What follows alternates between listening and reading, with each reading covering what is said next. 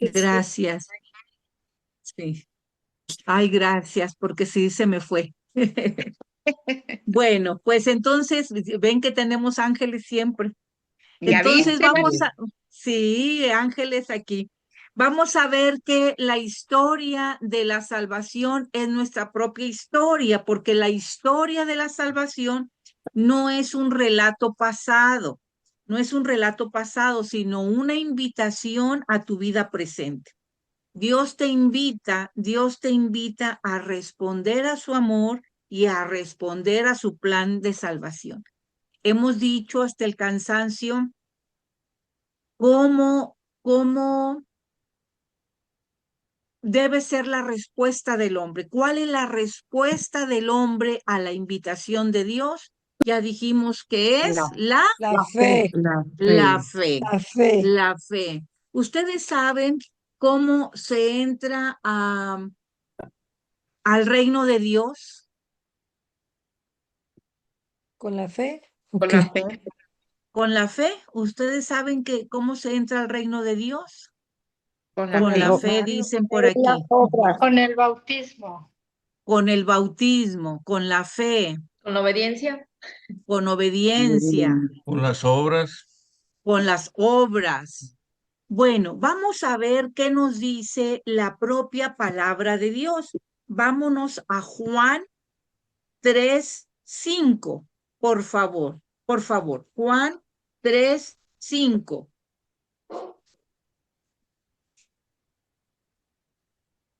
lo tengo, Nati. Adelante, por favor.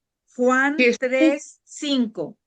ajá, Jesús le contestó, en verdad te digo, el que no renace del agua y del espíritu no puede entrar en el reino de Dios. Palabra del Señor. El que no renace del agua y del espíritu no puede entrar en el reino de Dios.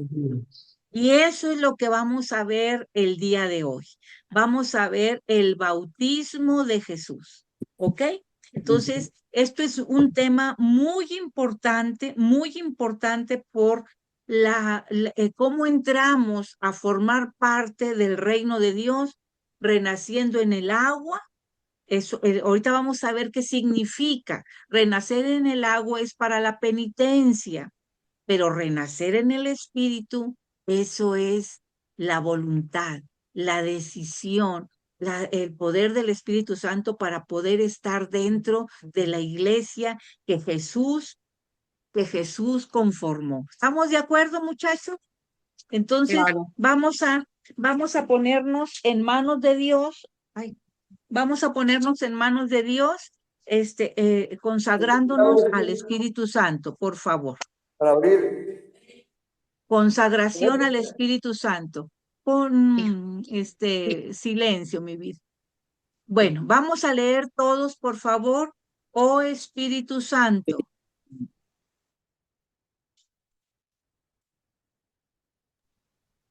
recibe la consagración perfecta y absoluta. Ay, Dios santo, se me fue. De la consagración de todo De mi todo ser. mi ser. Entonces, Dígnate Dignate ser ser en en adelante adelante en en cada cada uno de uno los de los instantes de instantes mi de mi vida vida y en y en cada cada una una de de mis mis acciones, acciones, mi mi director, director, mi mi luz, luz, mi mi guía guía y mi y mi fuerza, fuerza y y el el amor de mi amor de mi corazón. corazón. Yo me Yo me abandono sin abandono sin reserva a reserva tus a tus operaciones operaciones divinas divinas y y quiero quiero ser ser siempre siempre dócil dócil a tus a inspiraciones. tus inspiraciones. Oh Oh Espíritu Espíritu Santo, Santo, transfórmame transfórmame con con María María y en y en María, María, y de en en María. Cristo Cristo Jesús, Jesús, para para gloria gloria del del Padre Padre y y salvación salvación del del mundo. mundo. Amén. Amén. Amén. ¿Listos? Pues listo. entonces estamos viendo, la semana pasada hicimos ya la introducción.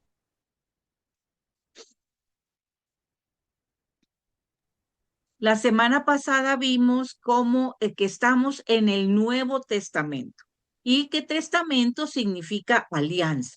Y alianza es el vínculo sagrado entre Dios y el hombre. Y el hombre responde a ese vínculo sagrado con la fe y con las obras, ¿verdad? Porque las obras son el reflejo de la fe. Las obras solamente son el reflejo de la fe. Vimos también que hay 4 evangelios, ¿verdad?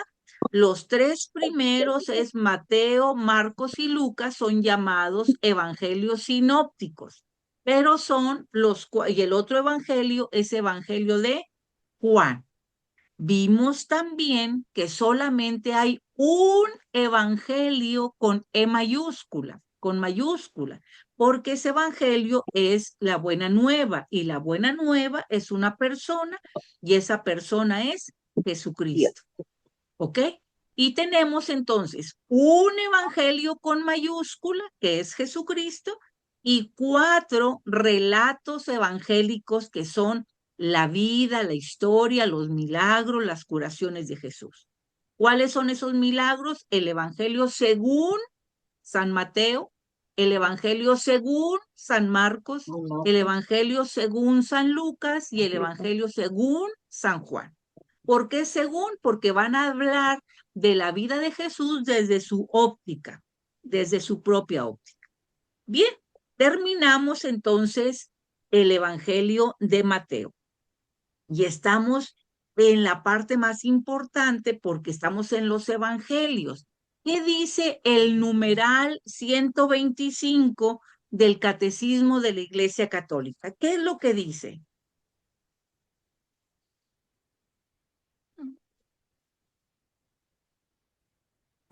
Perdón, ¿a ti qué número? 125. Ok. Del Catecismo de la Iglesia Católica. Lo tengo, por Nati. favor. Adelante, por favor. Los evangelios son el corazón de todas las escrituras, por ser el testimonio principal de la vida y doctrina de la palabra hecha carne, nuestro Salvador. Gracias. Entonces, los 4 primeros evangelios son el corazón de la escritura, de la Sagrada Escritura. Ya dijimos que Biblia es el libro. Biblia es el libro, ¿ok? Conformado por 73 libros. Pero Sagradas Escrituras es la palabra de Dios. Y la palabra de Dios no solamente es lo escrito, sino también lo predicado. ¿Ok? Entonces tenemos las Sagradas Escrituras, dice que los evangelios es el corazón de las Escrituras. ¿Por qué? Porque nos hablan de Jesús, porque dejan que Jesús nos hable. Y entonces estamos en el Evangelio de San Marcos que empezamos la semana pasada. Dijimos que el Evangelio de San Marcos también es llamado el Evangelio querigmático, porque es el primer anuncio. El Evangelio del catecúmeno, porque también es un manual para poder acceder a las Sagradas Escrituras. El Evangelio del discipulado, porque nos invita a formar parte del ejército del Señor, a ser discípulos, porque somos llamados. Pero también el Evangelio de Marcos es llamado el Evangelio de la cruz, porque la cruz representa a Cristo. Nos va a hablar sobre la victoria en la cruz, en el Calvario, sobre la muerte y el pecado. Que gracias a la cruz, el Dios encarnado, es decir, Jesucristo, la segunda persona de la Trinidad, venció a la muerte y con ello rescató a ti y a mí y a toda la humanidad de la condenación. Vimos también entonces que el Evangelio de San Marcos tiene 2 autores, como lo tiene el Evangelio de Mateo. El Evangelio de San Marcos tiene 2 autores. El primero es un autor divino, que es el Espíritu Santo. ¿Qué dice segunda de Pedro 1:21? ¿Qué dice? Segunda de Pedro 1:21.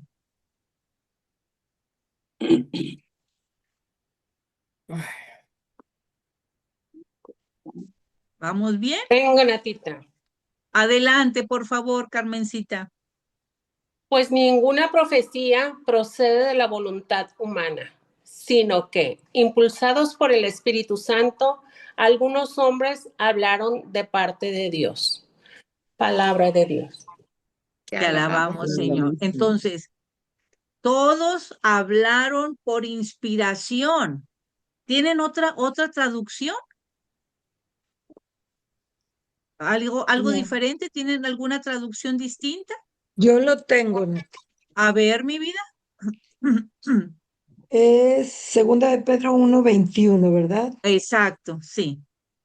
Ay, la acabo de leer y se me fue. Espérame.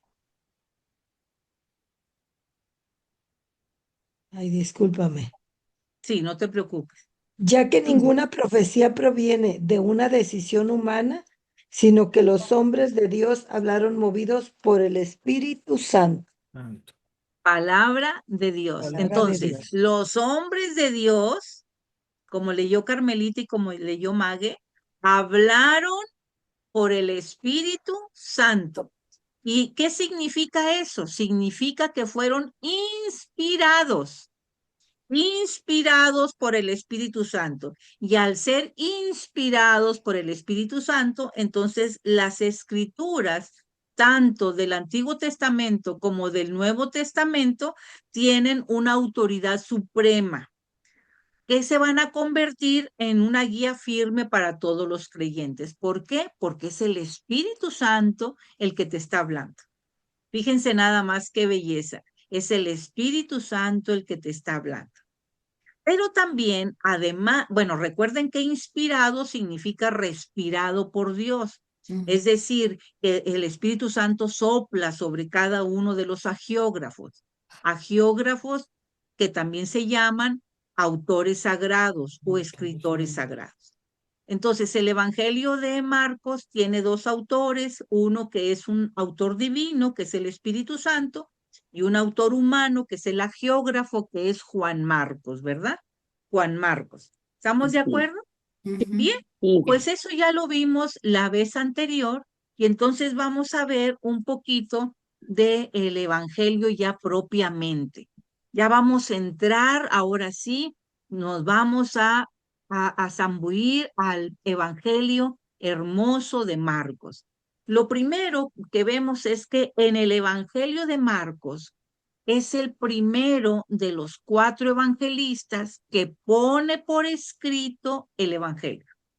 No fue Mateo, sino fue Marcos. Es decir, es el más antiguo, es el primero que se escribió, que tiene 16 capítulos.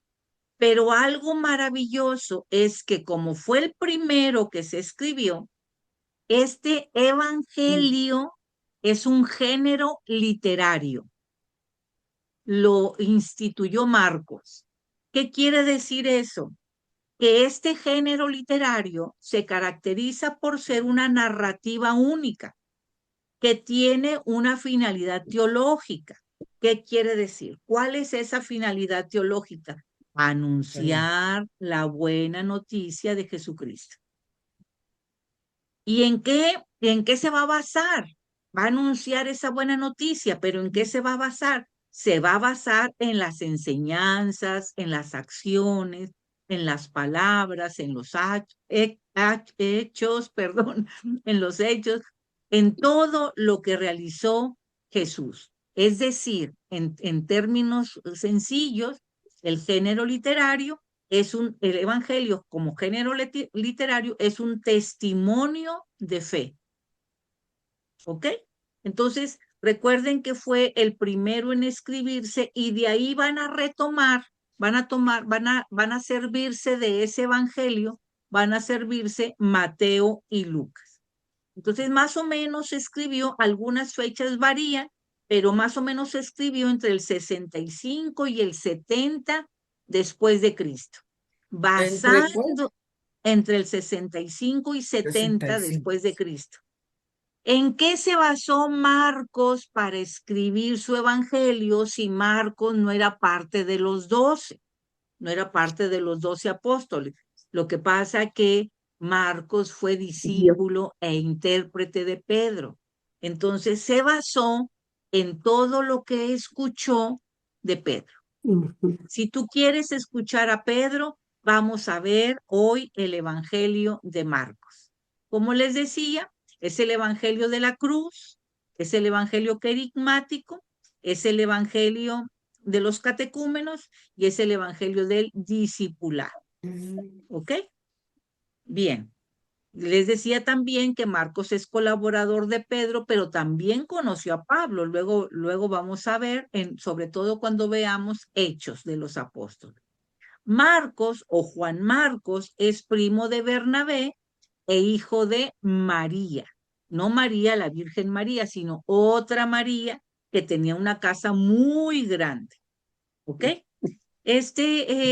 Marcos es conocido por dos nombres, uno hebreo, que es Juan, y otro romano o latino, que es Marcos. Hay Y algo no bien... sé, perdón, ¿él era hebreo o por qué se le Él conoce era por eso? judío, Él era judío. sí, él Ok. era judío. Hay una característica brillante del Evangelio de Marcos. Marcos va a utilizar un tiempo verbal llamado presente histórico. ¿Qué quiere decir eso? Que todos los acontecimientos pasados los escribe en presente como si estuvieran ocurriendo ahorita. Por eso vamos a ver, en lugar de que Jesús vino no, Jesús viene, y que comió, no, Jesús come, o sea, lo hace todo en presente, se llama presente histórico, para que tú como creyente, tú como lector, te introduzcas también y formes parte de ese acontecimiento que se está narrando. Otra cosa importante es que el Evangelio de Marcos está escrito en griego, pero en un griego koiné. ¿Qué quiere decir koiné? Con cada kilo, koiné, que es el lenguaje del pueblo, el lenguaje sencillo, no rebuscado, ¿ok? El Evangelio de Marcos nos va a presentar a un Salvador, que es dos cosas, verdaderamente divino y verdaderamente humano. Y ese Salvador, que es verdaderamente divino y verdaderamente humano, va a dar la vida por ti y va a dar la vida por mí como expiación de nuestros pecados. Y nos va a invitar a seguirlo con valentía, a seguirlo con humildad. Por eso se dice que es el Evangelio del discipulado, porque nos va a invitar a seguir.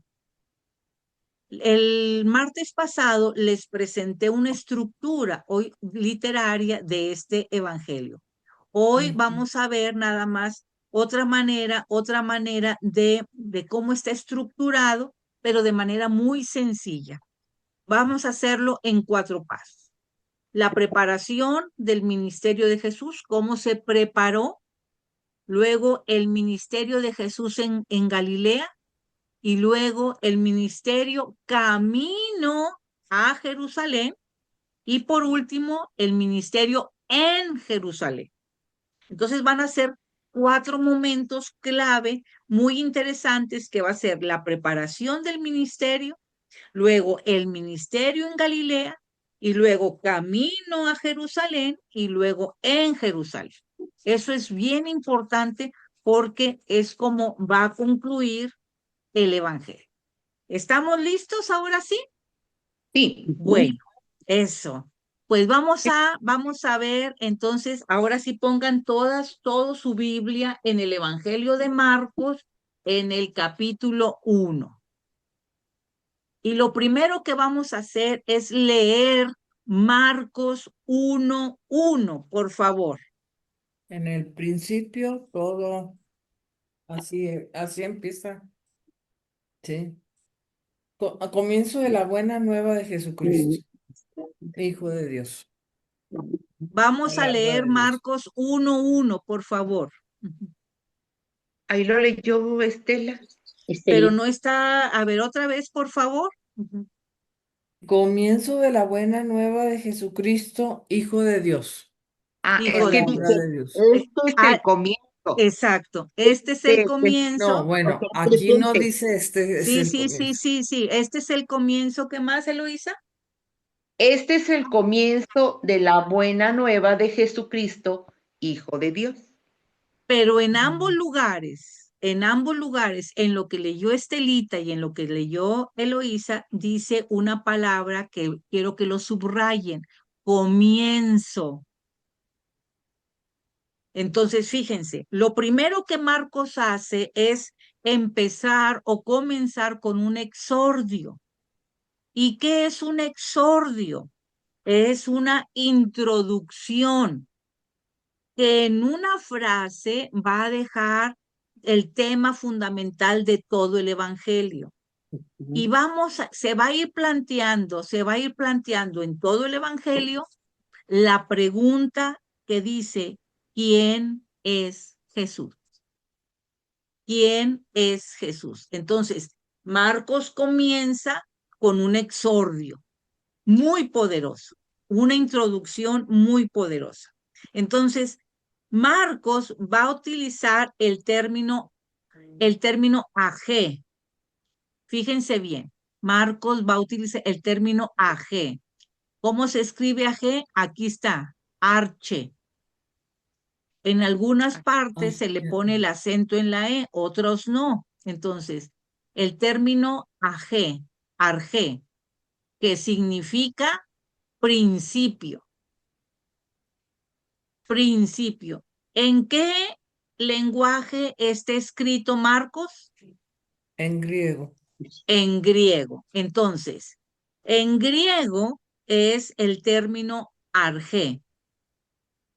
Pero ¿dónde más en la Biblia vamos a ver este término, principio o comienzo? Vamos a ver Génesis 1:1. Génesis 1:1. ¿Qué dice?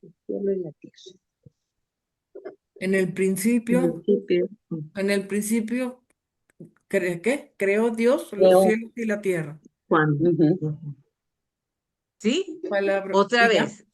En En el el principio. principio, subrayen la palabra principio, pero ahí no está en arge, no está en griego, ahí está en hebreo. Y en hebreo se dice Bereshit. ¿Se acuerdan? Bereshit. Pero Bereshit. como Marcos escribe en griego, se dice arge. ¿En dónde más en el Nuevo Testamento está el principio? Vamos a pedirle a otras personas que lean, por favor, Juan 1:1. Juan 1:1. Yo lo tengo, Nati, buenos días. Buenos días, adelante, por favor. En el principio era el verbo, la palabra, y el verbo estaba ante Dios, y el verbo era Dios, palabra de Dios. Te alabamos, Señor. Subrayen principio. Pero dice, era el verbo, y el verbo era la palabra. Ahora vamos a leer Apocalipsis 19:13.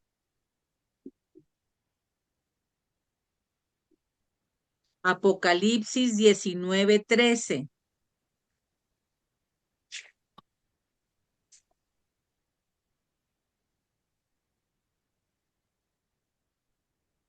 Listo.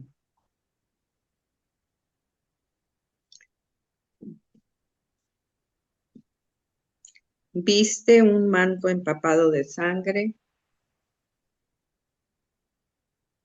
¿Sí es Apocalipsis 19, mi vida? ¿Sí? 19. Apocalipsis Sí, ese es. 19:13. 13, correcto, sí. Dice, viste un manto empapado de sangre y su nombre es la palabra de Dios. ¿Cuál es su nombre? La La palabra. palabra de Dios. Aquí Esta es Cuando palabra de dice Dios. el verbo de Dios. El verbo de Dios. El ¿Y qué es verbo de el Dios, verbo? la Lo palabra. acabamos La de leer palabra. en Juan, la Ujú. La palabra. palabra Y la de Dios. palabra es Jesús. Ujú. Entonces, cada gran historia tiene un principio. Y aquí se evoca que Jesús es el comienzo de una nueva creación y de un nuevo pacto.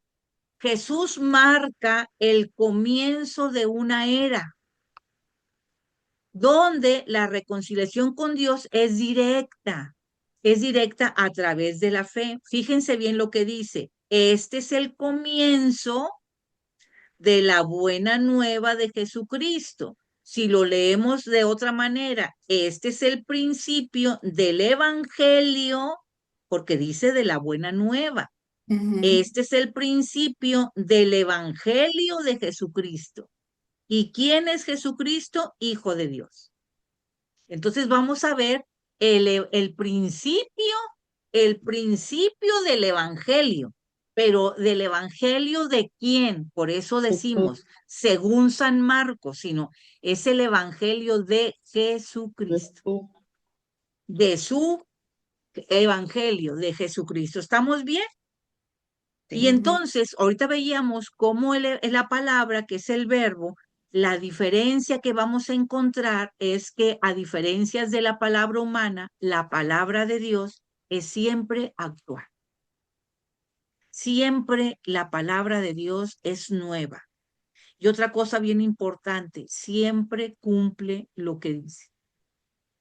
Y entonces Dios en su palabra te está invitando a darte cuenta de que el encuentro es con Él. El encuentro que tú vas a tener es con Él. Y que ese encuentro siempre es un comienzo, un partir de cero, una nueva oportunidad de volver a empezar. Que no importa cuántos pecados tengamos, el encuentro Él te espera. El encuentro siempre es con Él y siempre es volver a empezar. Entonces Marcos nos va a revelar desde un principio en su evangelio que Jesús es el Mesías. Por eso dice el evangelio de Jesucristo, Hijo de Dios. Ya está diciendo desde un principio que Jesús es el Hijo de Dios. ¿Ok? Nati, Bien, Nati, sí. un comentario. Entonces aquí es donde entendemos, por lo que dice siempre un principio, aún y tus pecados y todo y lo que has vivido. Aquí es donde nosotros nos damos cuenta que aunque volvamos a leer la misma cita y todo, pero te encuentras en circunstancias diferentes, en tu diferente presente de lo que has vivido, y por eso siempre lo interpretas a lo que estás viviendo, y es ahí donde decimos Jesús está vivo. Claro, y además acuérdate que el Espíritu Santo siempre nos redarguye, siempre nos guía, siempre nos va dirigiendo, entonces te va inspirando. Ese encuentro con Él ya es más íntimo, ya es más confidencial. Es, por eso acuérdate, dice la palabra de Dios que donde abunda el pecado, sobreabunda la gracia, porque es más grande la misericordia y la gracia del Señor que nuestros pecados. Por eso se nos dice, nos va a decir Marcos, siempre es un comienzo y siempre es una buena nueva. Fíjense cómo empieza Marcos. Entonces, anteriormente vimos que evangelio viene del griego evangelión, que significa buena noticia. Por eso les digo, siempre va a ser una buena noticia. ¿Ok? Así que este evangelio son las buenas noticias de Jesucristo, el Hijo de Dios. ¿Y cuáles son esas buenas noticias? ¿Qué dice Marcos 1:11? ¿Cuáles son esas buenas noticias? Marcos 1:11.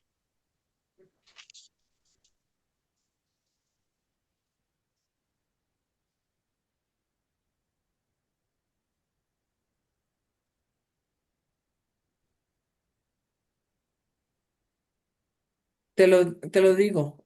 Y del cielo llegaron estas palabras. Tú eres mi hijo, el amado. Tú eres mi elegido. Palabra de Palabra. Dios. Entonces, la buena noticia es que Dios Padre ha enviado a su Hijo amado. ¿Qué significa eso? Lucas 1:68. Lucas 1:68, por favor. ¿Qué significa eso?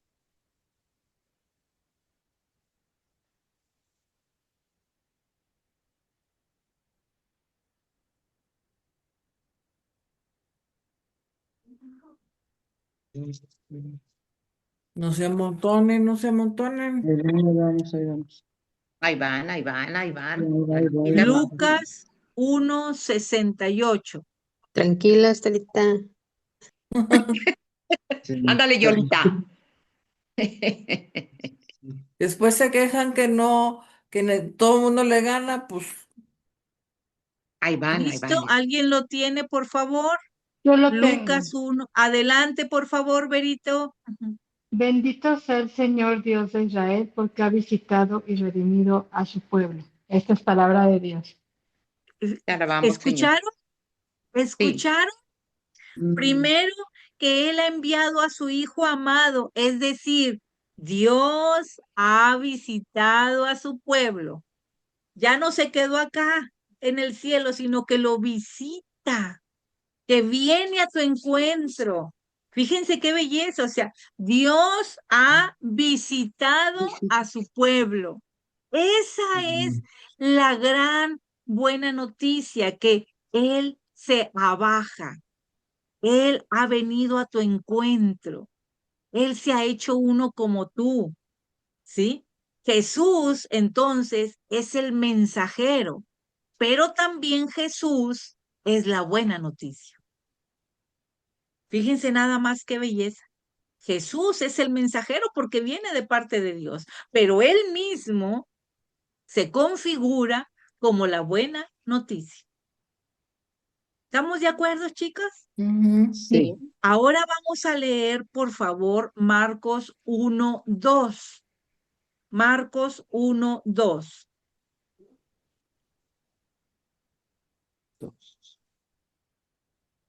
Lo tengo, Nati. Adelante, por favor. En el libro del profeta Isaías estaba escrito: Mira, te voy a enviar a mi mensajero delante de ti para que te prepare el camino. Palabra de Dios. Te alabamos, Señor. Señor. De parte, ¿qué quiere decir? Marcos deja claro que lo que va a narrar no es de imprevisto, sino que ni es casualidad, sino que es la historia de la salvación porque ya se había anunciado. ¿Por qué profeta? Por el profeta Isaías. Fíjense bien. Es más, vamos a leer Malaquías 3:1, por favor. Malaquías 3:1. 3:1, Nati. 3:1. Malaquías 3:1. Está en el Antiguo Testamento.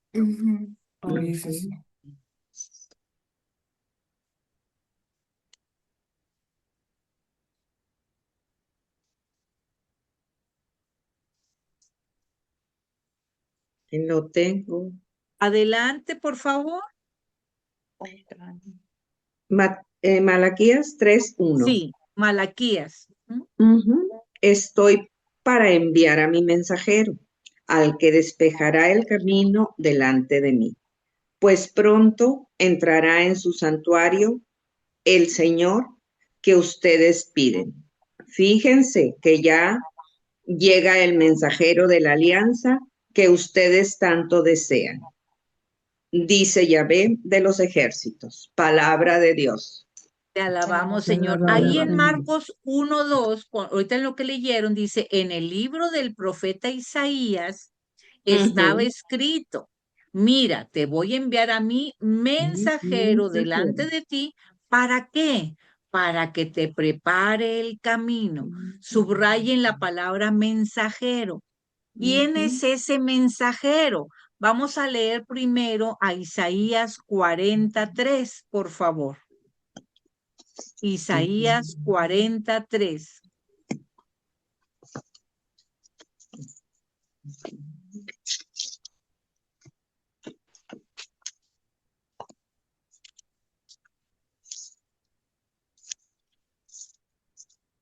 Una voz clama, Claro. abran el camino a Yahvé en el desierto, en la estepa, tracen una senda para Dios. Palabra de Dios. Te alabamos, Señor. Vamos a ver que esa voz que clama en el desierto, ¿quién es? Juan. Juan Bautista. Juan Bautista. Entonces, esos pasajes, el pasaje de Malaquías y el pasaje de Isaías, esos pasajes predijeron al precursor que prepararía el camino del Señor. A este precursor, Dios le va a llamar mi mensajero. Mensajero. Vamos a leer Mateo 11:10, por favor. Mateo 11:10.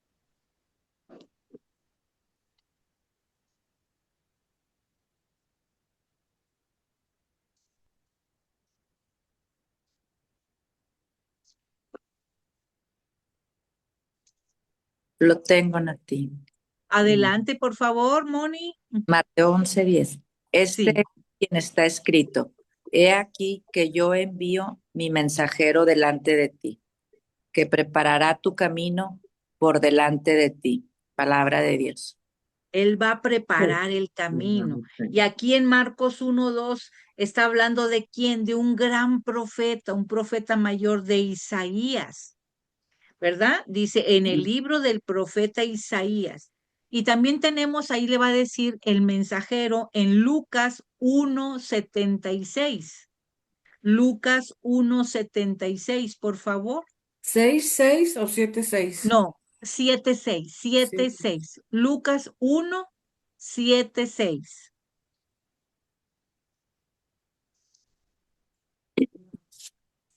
Lo tengo. Adelante, por favor. Y tú, niño, serás llamado profeta del Altísimo, porque irás delante del Señor para prepararles su camino. Palabra de Dios. Palabra de Dios. Esto es muy, muy interesante porque tú y yo somos mensajeros. ¿Cómo le estamos preparando el camino al Señor? Con nuestras familias, con nuestras amigas, con nuestros amigos, con nuestros vecinos. ¿Cómo le estamos preparando el camino? Con mis acciones. Ahorita les pregunté, ¿cómo se entra al reino de los cielos? Y me dijeron, por la fe, por el bautismo y por las obras. Entonces, ¿cómo estamos preparando tú y yo el camino al Señor? ¿Estamos dando buen testimonio? ¿Somos buenas cartas, como lo dijo Pablo? Porque dice Pablo que somos cartas vivas del Evangelio. Somos buenas cartas, llevamos la buena noticia. Nuestro testimonio da respuesta a la fe de mucha gente.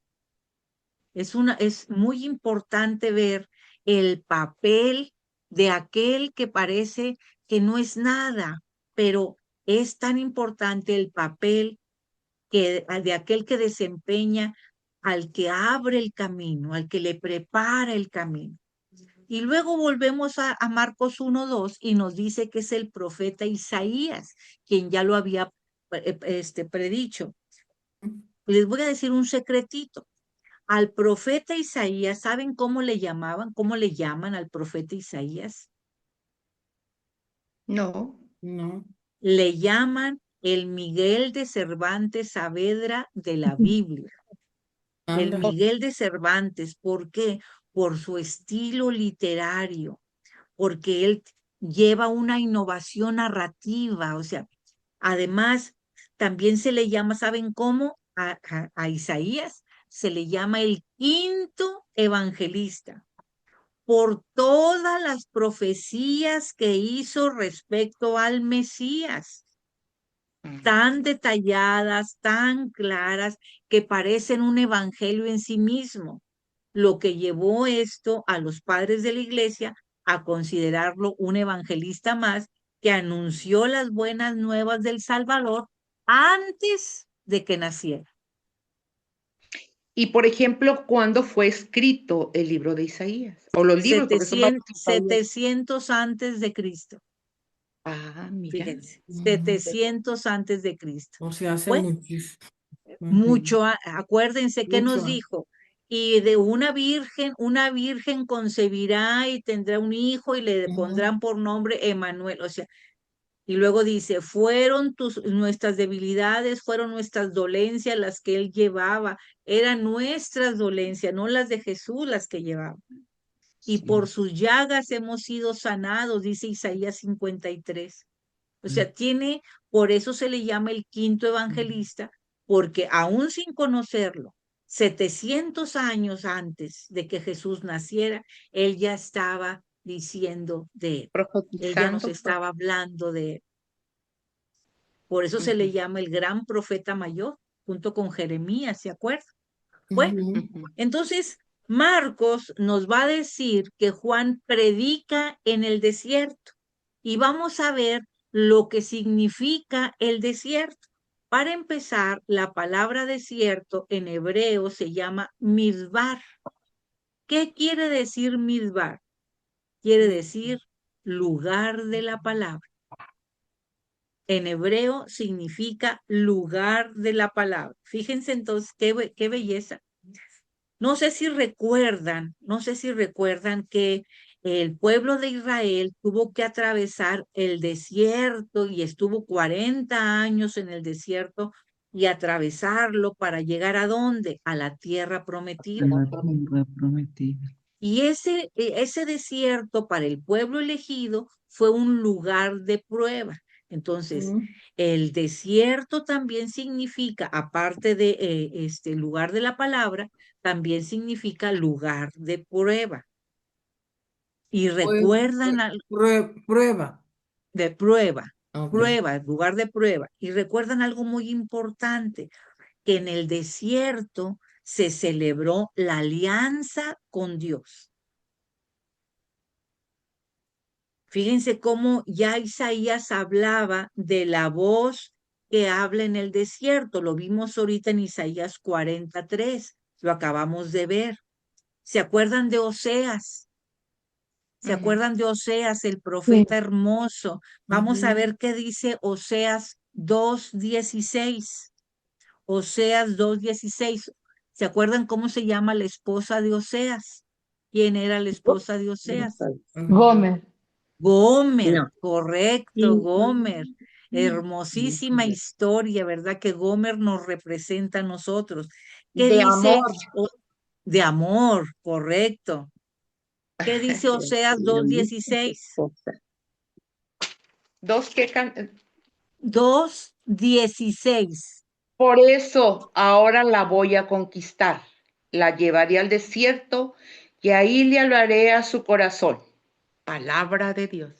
Entonces, ¿qué significa también desierto? Significa lugar de inicio, lugar de preparación. También significa lugar de noviazgo. Por eso Oseas lo iba a llevar al desierto a conquistar su corazón. Significa encuentro con el Señor. Significa lugar de la palabra. Todo eso significa el desierto. ¿Sí? Jesús, ¿a quién están anunciando? Al que está por venir. ¿Y quién estaba por venir? El Mesías, el Rey. Y entonces Juan Bautista va a clamar en el desierto. Pero ¿qué es lo que va a clamar? ¿En qué consisten las palabras de Juan Bautista? Son palabras de arrepentimiento. Ahí es donde está preparando el camino del Señor. ¿Sí? Y entonces, como les decía, todos tenemos necesidad de preparar y enderezar las sendas para que Dios pueda venir a nuestro encuentro. ¿Qué necesitamos hacer? Como decía Juan Bautista, arrepentirnos. Nosotros los católicos tenemos un gran regalo que muchas veces no lo dimensionamos como debe de ser. ¿Y cuál es ese gran regalo? El sacramento de la reconciliación, el sacramento del perdón. Fíjense qué belleza. Y luego cuando empezamos en misa, lo primero que hacemos es, yo confieso ante Dios Todopoderoso que he He pecado mucho pecado. de pensamiento, Entonces, palabra. obra y omisión. Por eso, esa voz que decía Juan es la confesión de arrepentimiento. Yo confieso ante Dios que he pecado y que he pecado mucho. Entonces, esas palabras nos lo está diciendo Juan todos los días. Entonces, necesitamos prepararnos, tener disposición para poder recibir al Señor. Eso es lo que nos está diciendo Juan. Pero, ¿qué significa desierto? Porque para llegar a la tierra prometida tenemos que pasar por el desierto.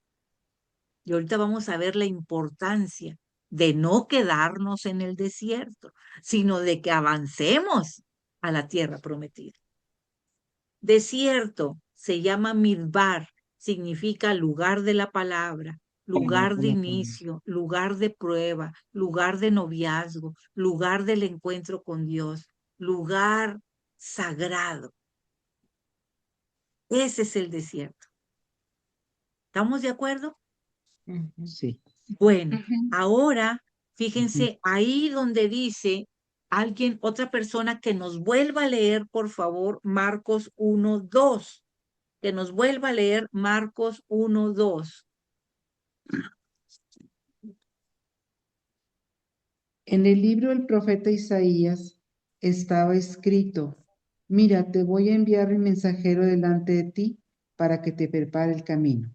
Palabra de Ahora Dios. vamos, te alabamos, Señor. Gracias, Carlita. Ahora vamos a subrayar la palabra prepare. Voy a enviar a mi mensajero para que te prepare el camino. ¿Por qué? Preparar significa preparar una procesión. Porque ¿quién es el que viene? ¿Quién es el que está viniendo a este mundo? Jesús. Lo acabamos de leer en Lucas. Es Dios que está viniendo a este mundo. Entonces, preparémosle el camino. Jesús va a entrar en el mundo. Jesús va a entrar en la historia. Preparemos el camino, que es Dios que viene y que va a llegar a nosotros. Preparémosle el camino.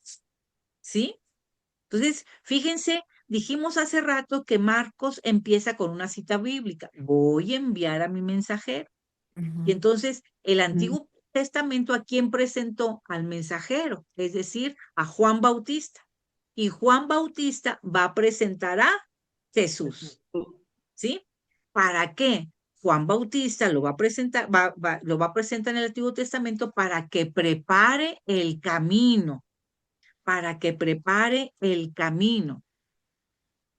¿Qué dice Juan 1:23?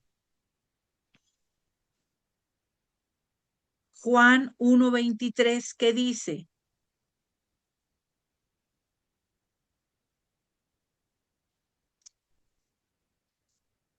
Dijo, yo soy la voz del que clama en el desierto. Rectifiquen el camino del Señor, como dijo el profeta Isaías. Palabra de Dios. Yo soy la voz que clama en el desierto. Y está diciendo, yo soy la voz que clama a tu corazón. A ver si no me equivoco, por favor, Juan 1:6 y 7, por favor. Juan 1:6 y 7. La tengo. Vino un hombre enviado por Dios que se llamaba Juan. Vino para dar testimonio, como testigo de la luz, para que todos creyeran en él. Palabra de Dios. Entonces, te alabamos, Señor. Señor. Así como Juan, que era testigo de la luz, así nos preguntamos, ¿tú eres testigo de la luz? ¿Estás preparando el camino? ¿Qué dice el Catecismo de la Iglesia Católica en el numeral 719?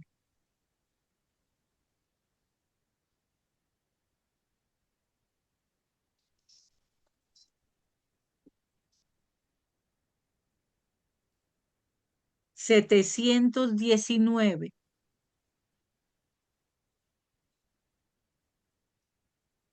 Lo tengo. Adelante, por favor. Juan es más que un profeta. En él el Espíritu Santo consuma el hablar por los profetas. Juan termina el ciclo de los profetas inaugurado por Elías. Anuncia la inminencia de la consolidación de Israel. Es la voz del Consolador que llega, como lo hará el Espíritu de verdad. Vino como testigo para dar testimonio de la luz. Con respecto a Juan, el Espíritu colma así las indignaciones de los profetas y el ansia de los ángeles. Aquel sobre quien veas que baja el Espíritu y se queda sobre él, ese es el que bautiza con el Espíritu Santo. Y yo lo he visto y doy testimonio de que este es el elegido de Dios. He ahí el Cordero de Dios. Juan 1, 33, 36. Ahorita, gracias, ahorita vamos a ver esa parte, pero yo les voy a suplicar que subrayen donde dice Juan el Bautista o Juan es la voz del Consolador que llega.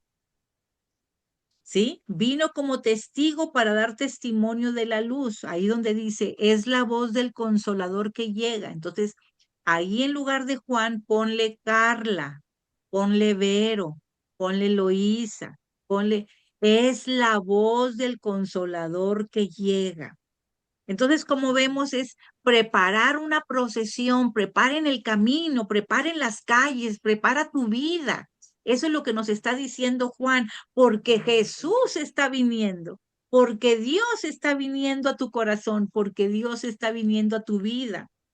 ¿Sí? Jesús va a hacer la irrupción de la historia, Jesús va a hacer la irrupción en nuestra vida. Prepara tu vida, prepara las calles. Por eso el desierto es el lugar de encuentro con Dios. Es el lugar de los inicios, como decíamos ahorita. ¿Ok? Juan Bautista predicaba bautismo y conversión. Ya dijimos en tiempos pasados que la palabra bautismo significa sumergir. La palabra bautismo significa sumergir. El bautismo de Juan era un rito de arrepentimiento y penitencia. ¿Para qué? Para recibir la llegada del Mesías. Y el bautismo de Juan exigía una confesión pública. ¿De qué? De los pecados para la purificación. ¿Qué es lo que hacemos nosotros en la iglesia? Hacemos, yo confieso, también hacemos una declaración pública, ¿ok? Entonces, la palabra conversión, viene del griego y significa metanoia. ¿Qué significa? Meta, más allá, noia, mente, más allá de la mente. Más allá de la Implica una conversión. ¿Qué quiere decir eso? Implica cambio de mentalidad, implica una manera de pensar, implica la conversión, reorientar nuestra vida a Dios. ¿Dónde bautizaba? ¿Dónde bautizaba Juan? Vamos a ver Marcos 1, 4 y 5. Marcos 1, 4 y 5. ¿Dónde bautizaba Juan? Aquí lo tengo, Nati. Adelante, Marcos Telmita. 1, Hola. 4, buenos días. 5. 4, Sí, 5. Es así como Juan el Bautista empezó a bautizar en el desierto. Ahí predicaba bautismo y conversión para alcanzar el perdón de los pecados. Toda la provincia de Judea y el pueblo de Jerusalén acudían a Juan para confesar sus pecados y ser bautizados por él en el río Jordán. Palabra de fíjense Dios. muy bien. Empezó a bautizar en el desierto y luego venía y bautizaba también en el río Jordán. Ok. Pregunta, ¿dónde fue bautizado Jesús? En el río Jordán. Jordán. Marcos 1:9, por favor. Marcos 1:9.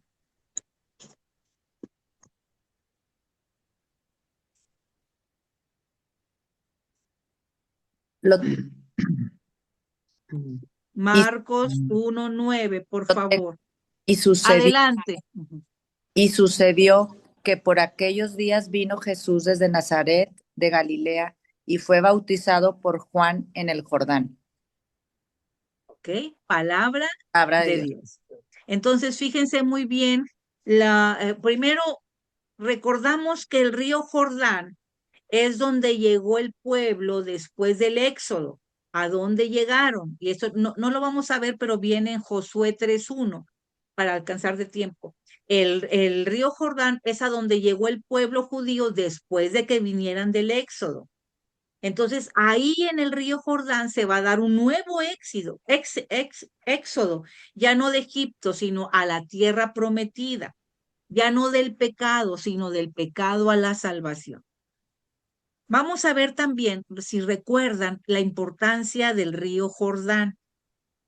¿Cuál es la importancia del río Jordán? Bueno, ahí se bautizó Jesús, ¿ok? Ahí llegó el pueblo después del Éxodo.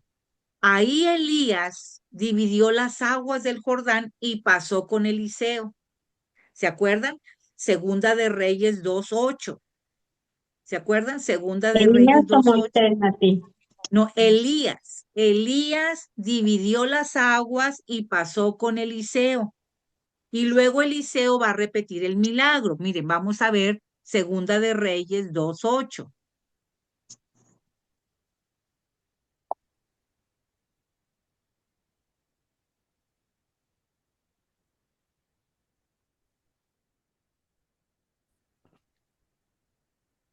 ¿Lo tiene? Yo lo tengo. Adelante, por favor. Elías se quitó el manto y doblándolo golpeó con él las aguas. Estas se dividieron y los dos cruzaron por tierra seca. Esta palabra de Dios está hablando de Eliseo. Ahora, ¿qué dice ahí mismo, Berito? En Segunda de Reyes 2, pero 13 y 14. 13, aquí está. Recogió el manto de Elías que se le había caído y regresó a la orilla del Jordán. Tomó el manto de Elías y golpeó con él las aguas al tiempo que decía, ¿dónde está el Señor, Dios de Elías? ¿Dónde está? Golpeó las aguas que se dividieron y Eliseo pasó el río. Esta es palabra de Dios. Te alabamos, Señor. Entonces, ahí llega el pueblo después del Éxodo. Elías divide las aguas del Jordán y pasa con Eliseo.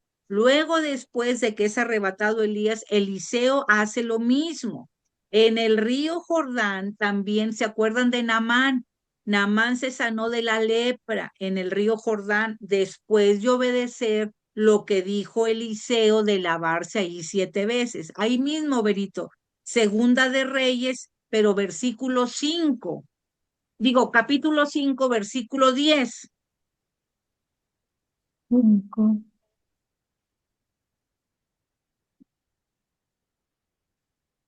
10. Eliseo le mandó decir por medio de un mensajero, anda, báñate 7 veces en el Jordán y tu carne quedará limpia. Esta es palabra de Dios. Te alabamos, Señor. Fíjense, entonces, cómo el río Jordán es muy importante para cruzarlo, no para que te quedes en él, sino para cruzarlo, ya sea para entrar a la tierra prometida, ya sea para ser bautizado, pero va a representar una nueva vida. Vamos a dejar atrás lo viejo para abrazar lo nuevo en un nuevo comienzo con Dios. Vamos a ver si me logro explicar ahora desde el bautismo de Jesús. ¿Ok? Recuerden que estamos hablando del bautismo de Jesús aquí en Marcos 1:9. ¿Qué dice Marcos 1:9, por favor? Marcos 1:9. En aquellos días Jesús vino de Nazaret, pueblo de Galilea, y se hizo bautizar por Juan en el río Jordán.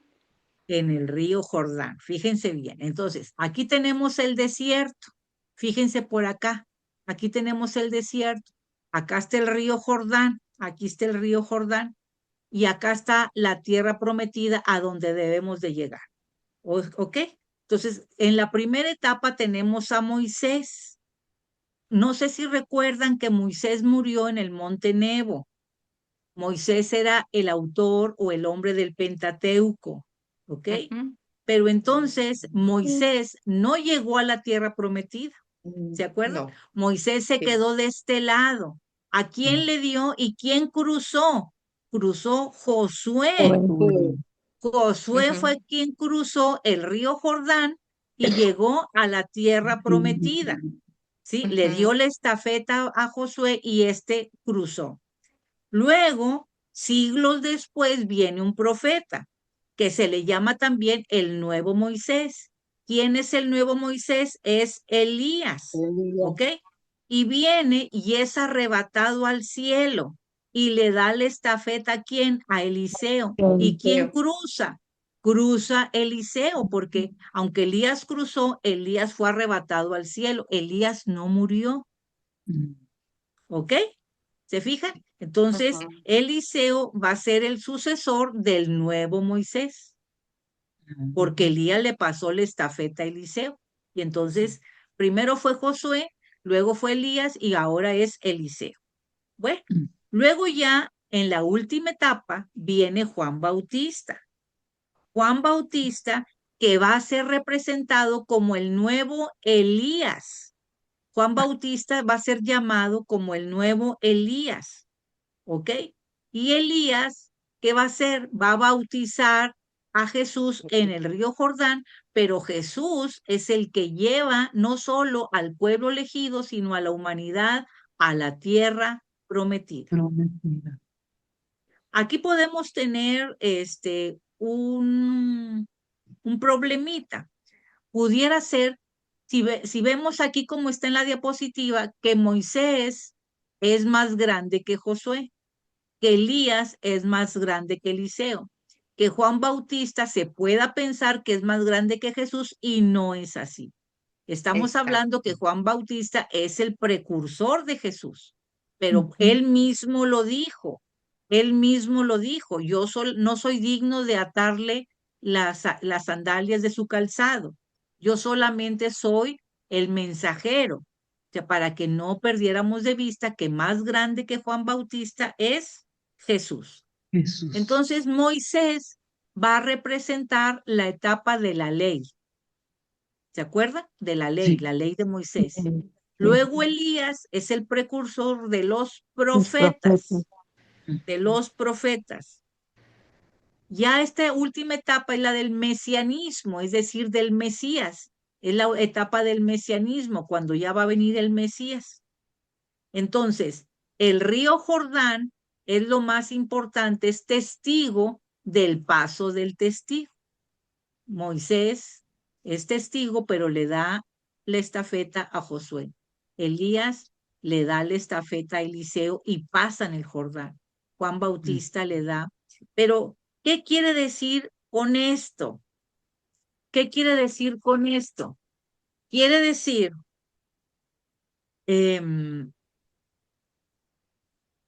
primero vamos a ver que Josué, que está aquí, y Jesús, el nombre de Josué y el nombre de Jesús es el mismo. Y de alguna manera Jesús viene a continuar la tarea de Moisés, porque Jesús va a ser el nuevo Moisés. ¿Se acuerdan de la alianza que hizo Dios con Moisés? La hizo Dios con Moisés y el signo fue el decálogo. Pero la alianza que hizo Dios con Moisés se refería nada más al pueblo elegido. ¿Se acuerda? Sí. La alianza que hizo Dios con Jesús en la nueva alianza, el signo es la Eucaristía. ¿Y para quién va dirigida esa alianza? Ya no nada más con el pueblo elegido que hizo Moisés, sino con toda la humanidad. ¿Ok? Entonces, aquí lo que podemos ver, lo más importante que podemos ver es que no podemos quedarnos de este lado del desierto. sino que tenemos que pasar, tenemos que cruzar a la tierra prometida. No me puedo quedar en mis miedos. Tengo que pasar a la seguridad y a la confianza y a la fe que Dios nuestro Señor me dice. ¿Sí? ¿Qué representa para ti quedarte en este lado del desierto y no pasar a la tierra prometida? ¿Qué puede representar?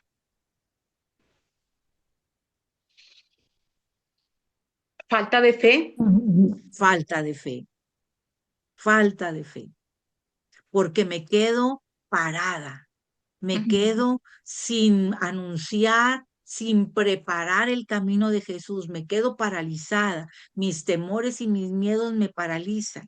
Entonces, aquí estoy dándole vueltas y vueltas y vueltas en el desierto como lo hicieron los israelitas, 40 años. El pueblo elegido estuvo dando vueltas. No, el Señor nos dice que la historia de la salvación nos va a indicar que no me puedo quedar de este lado del Jordán, sino que tengo que atreverme a cruzar el Jordán.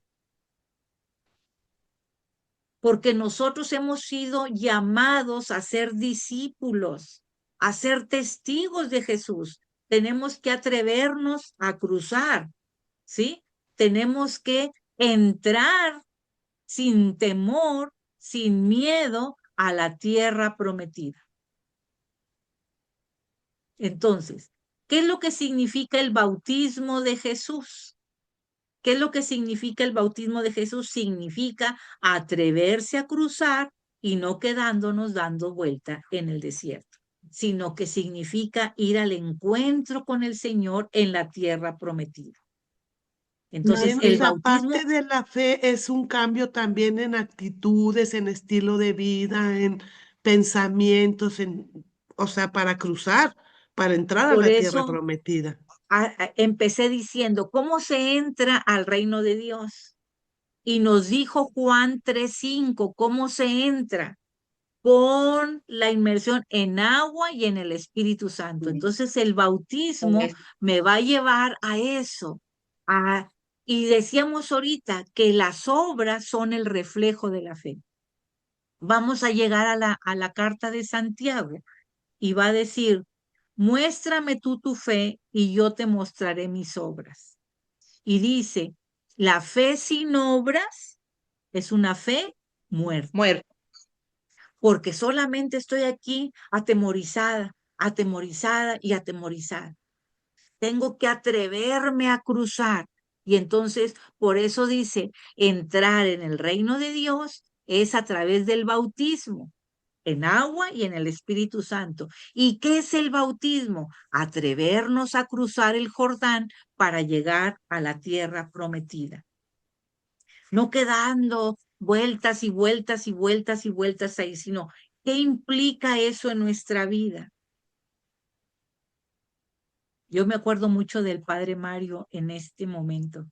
Y bueno, cuando preparo la clase siempre me acuerdo de él porque siempre nos invita a no quedarnos solo a recibir la formación de la palabra, sino a que la llevemos a la práctica, a que preparemos el camino como Juan para que otra gente también pueda entrar en el reino de Dios. No sé si me estoy explicando, hasta ahí algún comentario de la importancia del bautismo de Jesús, la importancia de nuestro bautismo para poder valorar nuestro bautismo. ¿Qué dicen? Sí, eres muy clara, Nati. Mándeme. Buenos días a todos. Buenos días. Es muy clara, realmente demuestras mucha idea de la ruta en la que nos tienes que llevar y del conocimiento de la Biblia suficiente para inspirarnos, y eres muy clara. Gracias, Alfonso. Sí. ¿Alguien más? ¿Qué nos implica quedarnos en este lado del Jordán? ¿Qué implica eso en nuestra vida? ¿Qué implica? ¿Qué repercusiones tendrán en nuestra vida? Implica quedarnos en la esclavitud, Nati. Sí, sí. ¿Saben? Le voy a poner otro nombre si me lo permite. Si Sí. a desierto le pongo tierra y a tierra prometida le pongo cielo. Pues nos quedamos en la tierra y no vamos a Ajá, la pues vida sí. eterna. En el mundo, Tenemos pagano. nuestros ojos, nuestra meta fijados en el mundo y no en el cielo. Cielo. Sí. Atrévete a cruzar el Jordán. Atrévete a luchar por él. Atrévete a buscar el encuentro del Señor, pero atrévete a preparar el camino del Señor, porque ¿qué dice Lucas 1:61? Él viene a este mundo, Él viene a visitar tu vida, Él viene a entrar en tu vida, Él viene a entrar en este mundo. Él viene a tu encuentro. ¿Cuánto te ama que Él baja, se abaja y viene a tu encuentro? Fíjense nada más. Eso significa, por eso cuando vamos a llegar ahorita más adelantito a lo que significa la cruz, Dios mío, vamos a encontrar un camino diferente. Atrévete, mi vida. ¿Estamos de acuerdo? Ahora vamos a ver también lo que decía Juan. Alguien que me haga favor de leer Juan 1:6, por favor.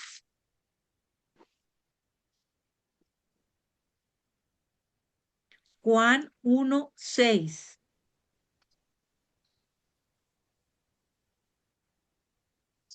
Yo, Nati. Adelante, por favor. ¿Es Lupita? Sí, sí, sí. Ay, qué hermosa. ¿Cómo está la Ciudad de México? ¿Con mucho frío?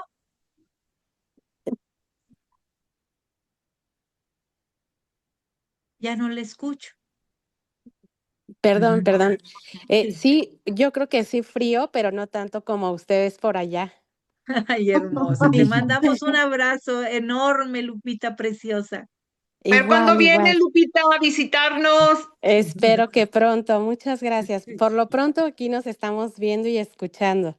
Muy Sí, mi amables cielo. todas. Gracias. Marcos 1:6, por favor. ¿Es Juan? ¿Era Juan? ¿Juan? No, Marcos, perdóname, es perdón. Marcos 1:6. Ok.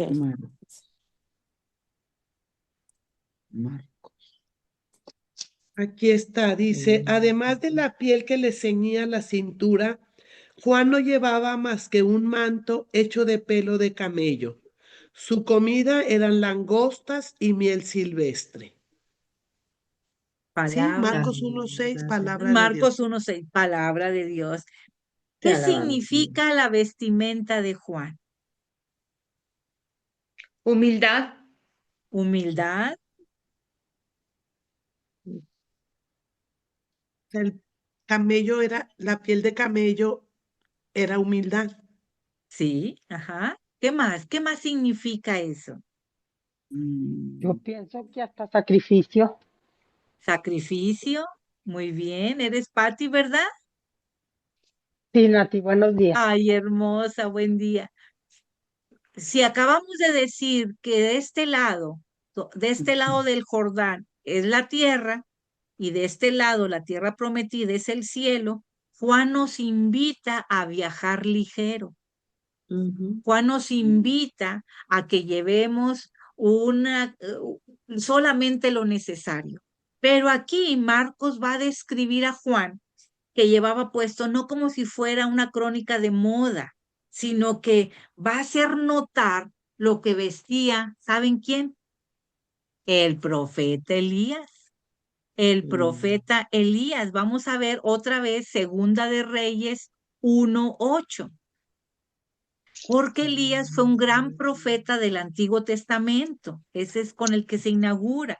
Entonces, Marcos va a decir lo que vestía el profeta Elías, porque Juan va a ser el último profeta.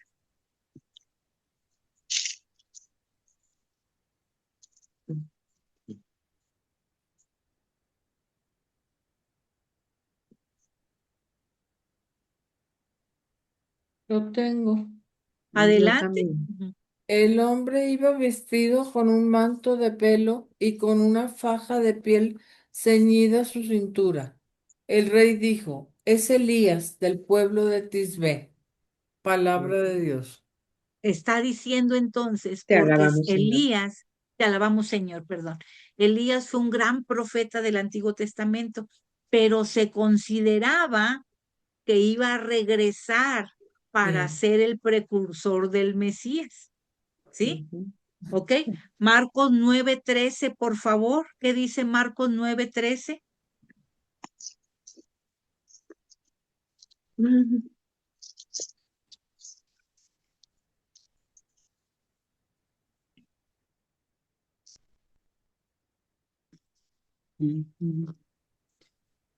Yo se lo digo, Elías ya ha venido e hicieron con él todo lo que quisieron, tal como de él estaba escrito. Palabra de Dios. Entonces, ¿qué significa la vestimenta de Juan? Juan quiere aparecer como el nuevo Elías, como el profeta definitivo que va a preparar la venida del Señor. ¿Y por qué Elías? Recuerdan que dijimos hace rato porque Elías no murió. Elías fue arrebatado en un carro de fuego. ¿Se acuerdan? ¿Sí? Entonces Juan Bautista va a ser identificado explícitamente como el profeta Elías que da cumplimiento a la profecía del Antiguo Testamento. Y es el que se aparece cuando está Jesús con los discípulos. Vamos a leer Marcos 9:4, por favor. Marcos. Lo tengo. Por favor. Y se le aparecieron Elías y Moisés que conversaban con Jesús. ¿Qué estamos hablando? En la transfiguración.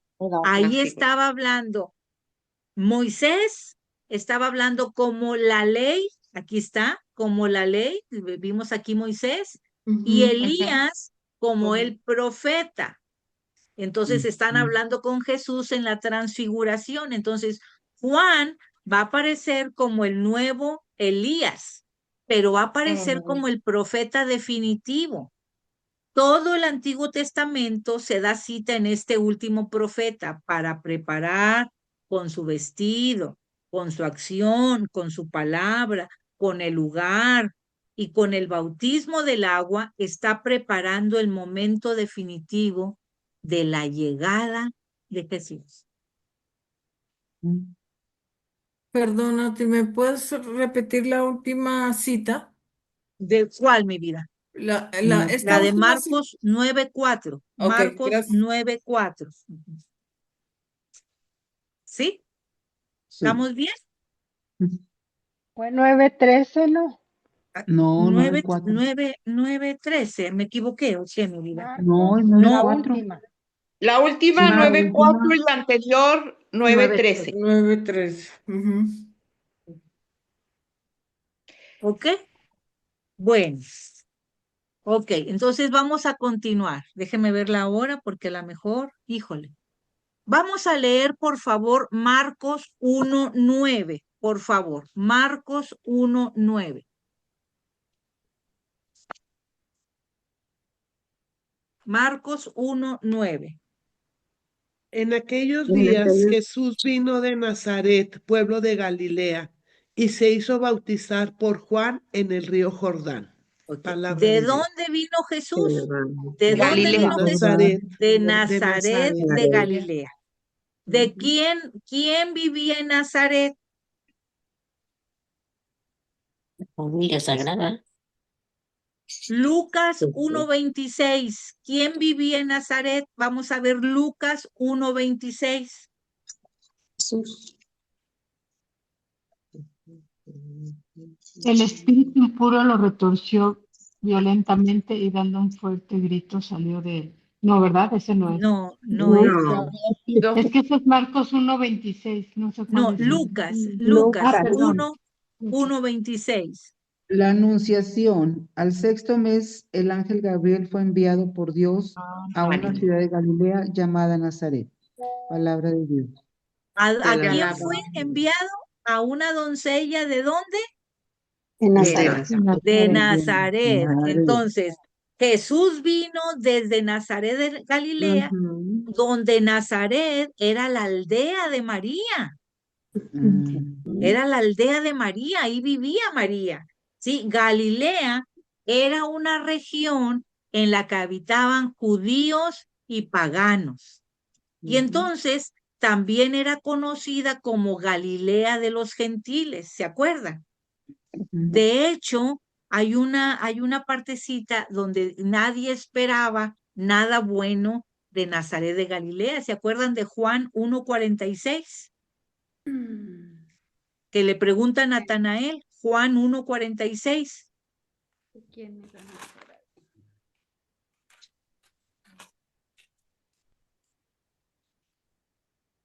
Natanael le replicó, ¿puede salir algo bueno de Nazaret? Felipe le Nadie contestó, Ujú. ven y verás, palabra de Dios. Ven y verás, nadie esperaba, pero Jesús vino de Nazaret de Galilea y Nazaret era la aldea de María. Era llamada Galilea de los gentiles. Entonces, Galilea es la cuna del evangelio, lo va a decir Hechos 10:37, no lo vamos a leer. Fue el escenario principal, ahí Galilea, de la vida de Jesús. Ahí transcurrieron sus primeros 30 años. Ahí desarrolló la mayor parte de su ministerio, su predicación, sus milagros. O sea, vino de Nazaret. Y ahora, por favor, le voy a pedir a Collito que lea Marcos 1:10. Marcos 1:10. Entonces ya vimos que viene de Nazaret. ¿Estamos de acuerdo? Pongan mucha atención. Marcos 1:10. Espérenme. Ya no veo bien a ti, por eso estoy estallando. Pero ya la tengo. Ya.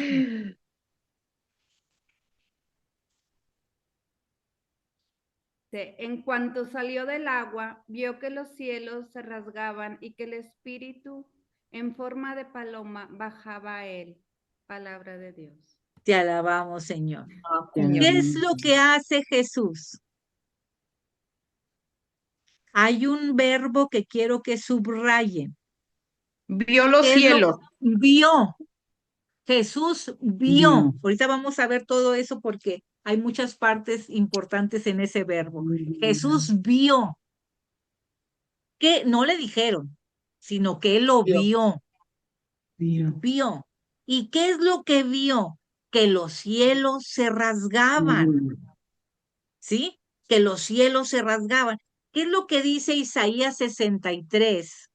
Pero fíjense bien, vamos a buscar ahí en Isaías 63, vamos a buscar el capítulo 63, pero luego vamos a buscar el versículo 19c, es decir, la última parte del verso, 19c. Busquemos Isaías 63 primero, Isaías 63. Desde hace tiempo somos un No, pueblo. donde dice, si rasgara, ese es el C. Perdón, sí. Sí. Si tú rasgaras los cielos y bajaras, los cerros se derretirían al verte. No se pueden imaginar lo importante que es esto. Si tú rasgaras los cielos y bajaras, ¿saben qué? Ya se está cumpliendo. Ahí. Ya se está cumpliendo. Si tú rasgaras los cielos y bajaras. Entonces, fíjense muy bien, el cielo es aquello que va a separar el ámbito de Dios del ámbito humano. Por tanto, si rasgas los cielos, tú, Señor Dios Todopoderoso, tú puedes descender. ¿Y para qué rasgar el cielo? Para que Jesús baje. ¿Y para qué va a bajar? Para que actúe, para que venga Jesús a actuar en la historia, para que venga Jesús a actuar en tu historia. ¿Sabes por qué? Porque tú te necesitamos, Jesús. Entonces, Nati, sí, perdón. adelante. Rasgar los cielos es cuando Jesús resucita y en el altar se rasga el man. No, no, ¿No? no, no, no, no, no, no, no. Tú Ah, ok. tú ya me estás señalando Marcos 15:38, pero no es cuando resucita, es cuando Ah, muere. ok, ok. Es cuando muere. Y ahorita lo vamos a ver. Muy bien. Ajá. Ahí va, es más, vamos a leerlo. Aquí estamos hablando en Isaías y en Marcos. Marcos Ujú, 1:10 dice que se rasgó el cielo, el Ajá. cielo. Ahora vamos Ujú. a ver Marcos 15:38, por favor. Enseguida la cortina que cerraba el santuario del templo se rasgó en dos, de arriba a abajo. Palabra de Dios. Fíjense bien, entonces, aquí en Marcos 1:10 estamos hablando que se rasgó el cielo. ¿Estamos de Sí. acuerdo? Y Sí. aquí en Marcos 15:38 se está diciendo que se rasgó el velo del templo. Exacto. ¿Cuándo se rasgó el velo del templo? Cuando muere Jesús. Y en Marcos 1:10, ¿cuándo se rasgó el cielo? Cuando se bautiza Jesús. Jesús. Entonces, Ok. bautismo y cruz. Y cruz. ¿Estamos de acuerdo? Bautismo y cruz. Ujú, ¿Sí? Entonces, ujú. vamos a ver. Aquí tengo un pedacito. ¿Qué es el cielo? Este es el cielo. Este es el cielo. Este. ¿Y qué es el cielo? Es una bóveda que separa a Dios del humano. El cielo es una bóveda que separa a Dios de lo humano. ¿Ok? Y entonces, luego dice Marcos 1:10 que se rasga el cielo. ¿Qué significa que se rasgue el cielo? ¿Qué quiere decir? Significa que esto se abre el cielo y que se hace posible la comunión entre Dios y el hombre. Nunca había pasado. Esto pasa en el bautismo. Bautismo de Jesús. Bautismo de Jesús.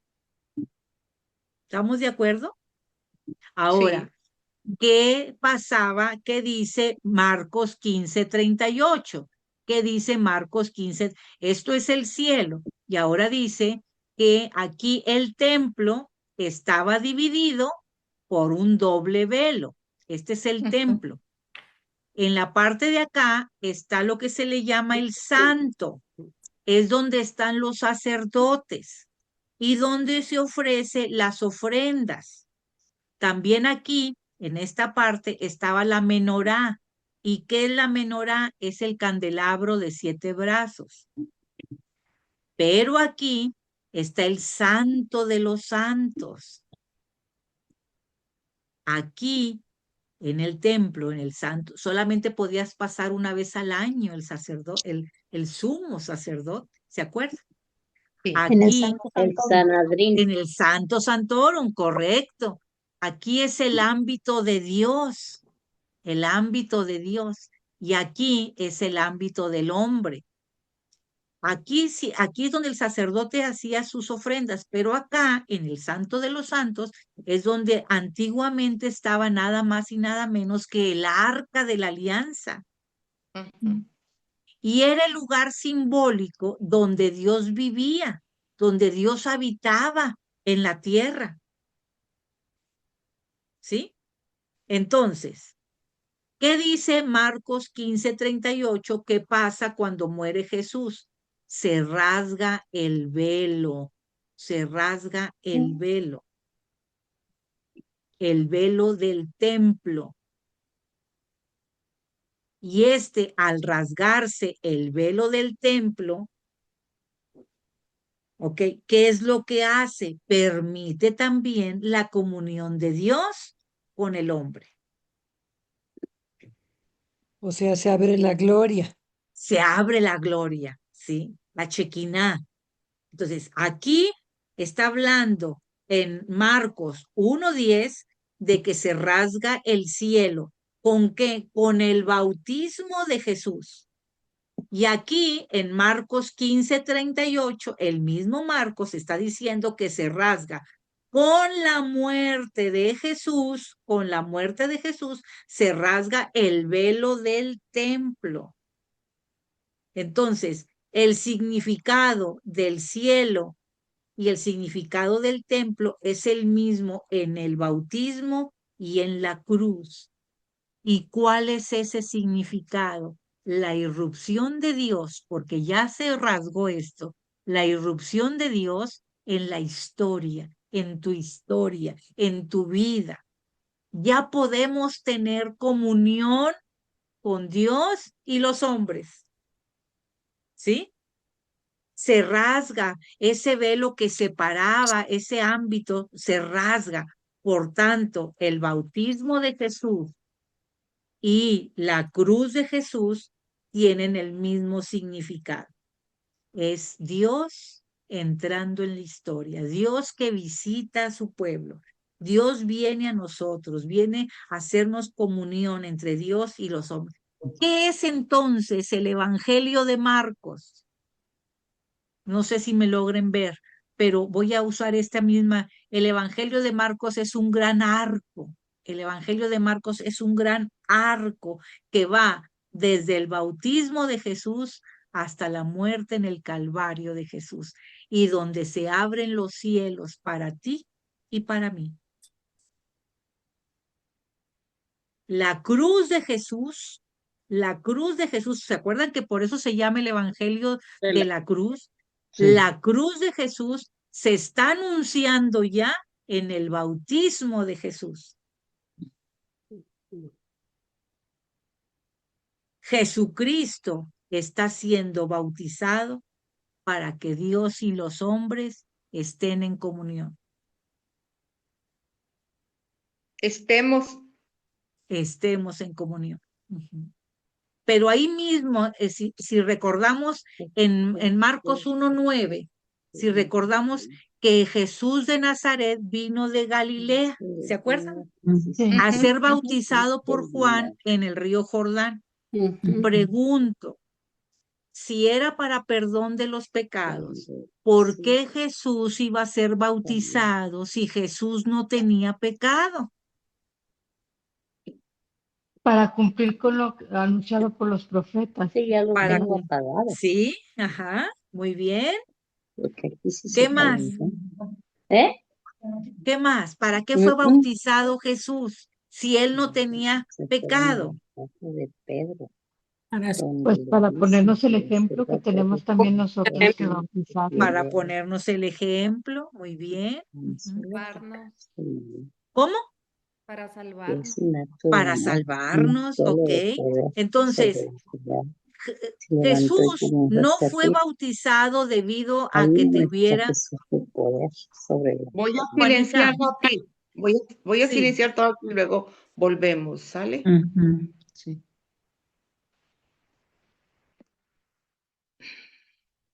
Entonces, Jesús fue bautizado aunque él no tuviera pecado. Pero ¿para qué fue bautizado? Para cumplir con toda su misión aquí en la tierra, para hacer la voluntad del Padre. ¿Y saben qué? Para identificarse contigo y conmigo. Entonces, si lo podemos concluir es, Jesús se bautizó para iniciar su ministerio, porque después de aquí se va a ir al desierto y va a ser tentado, pero de ahí va a empezar el ministerio. Va a empezar el ministerio como Mesías ungido. Pero ¿saben qué? Con esta acción Jesús va a santificar las aguas del bautismo y va a mostrar un camino de obediencia y de fe. Por eso lo que leímos en Juan 3:15, que dice que es necesario para entrar en el reino de Dios, nacer del agua y del Espíritu. Fíjense nada más, no nada más para entrar en el reino de Dios, sino para tener vida eterna. Y esto, alguien creo que Berito lo dijo, es un proceso sacramental para la salvación.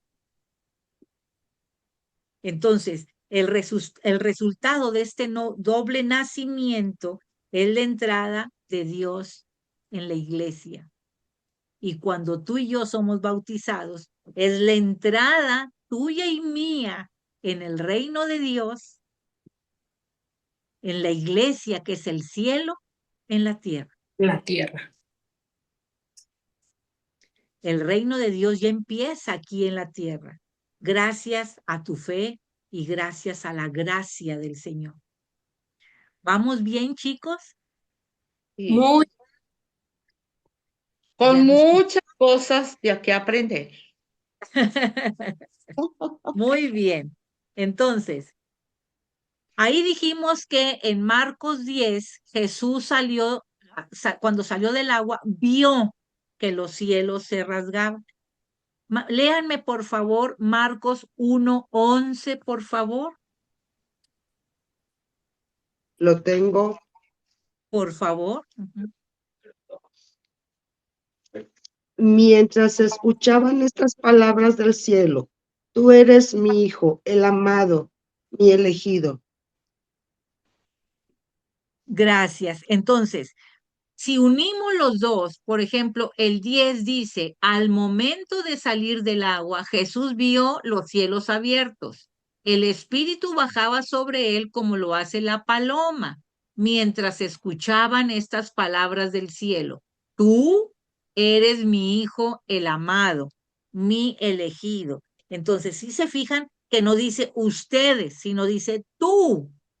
Entonces podemos ver que es una experiencia de Jesús. El bautismo es una experiencia de Jesús. Pero vamos a ver cuando le dice, tú eres mi hijo, el amado, mi elegido. Y luego vamos a ver que Jesús encarnado tiene una experiencia trinitaria. Porque mientras los cielos se abren, desciende en forma de paloma, ¿quién? El Espíritu Santo. Y mientras baja, una voz se escucha que le dice, que le llama hijo. Tú eres mi hijo. Por tanto, es la voz del Padre. ¿Quién está hablando? El Padre. ¿Y quién está en las aguas? El Hijo. ¿Qué es esto? ¿Qué es esto? Esto es una teofanía. El Padre, el Hijo y el Espíritu Santo. ¿Y qué es una teofanía? Es una manifestación de la divinidad de Dios. Es Dios Trinidad.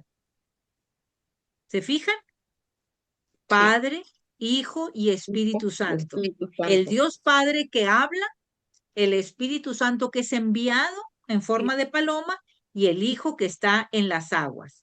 Entonces se está proclamando el Dios Trinidad para comenzar la misión del Señor. Viene, así como en Génesis dice, y el Espíritu aleteaba y decía, cuando habla de la imagen, está hecho a imagen nuestra, habla de la Trinidad. Entonces, la voz del Padre nos va a recordar otra voz. ¿Qué voz? La voz de Juan Bautista que dijo, una voz que clama en el desierto. Entonces, Jesucristo es presentado por dos voces, la voz de Juan Bautista y la voz directa del Padre. Juan es como el anunciante, el que va preparando el camino y que presenta a Jesús, pero quien realmente manifiesta quién es Jesús, ¿quién crees que es? El Padre. Es su Padre. Es su Padre. Este es mi hijo, el amado, mi elegido.